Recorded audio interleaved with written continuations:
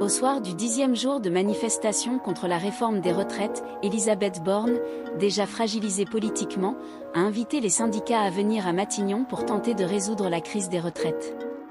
Cette rencontre doit avoir lieu ce mercredi, mais si le chef du gouvernement est en première ligne, en privé, certaines langues se délient pour critiquer le locataire de Matignon, qui ne se juge pas à la hauteur de la situation.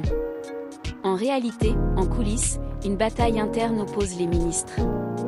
Il y a ceux qui, en l'absence d'une autre figure indiscutable, soutiennent chef du gouvernement, estimant qu'elle incarne le dépassement politique, et puis en face, ceux qui plaident pour un mouvement vers la droite, et qui veulent voir partir. La gauchiste, c'est le surnom donné à Elisabeth Borne par un ministre poids lourd sur le ton de la plaisanterie.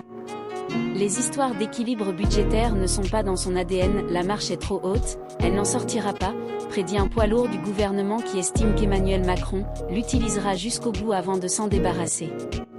Un autre ministre influent juge que le président de République a commis une erreur en confiant à Elisabeth Borne la mission de mener à bien réforme des retraites. Les histoires d'équilibre budgétaire ne sont pas dans son ADN, dit-il, avant de regretter plus largement l'accumulation d'erreurs qui, selon lui, a conduit à cette impasse. Nous avons fait une mauvaise campagne présidentielle. Ensuite, une mauvaise campagne pour les législatives, et nous payons aujourd'hui une désorganisation démocratique totale, conclut ce ministre de premier plan.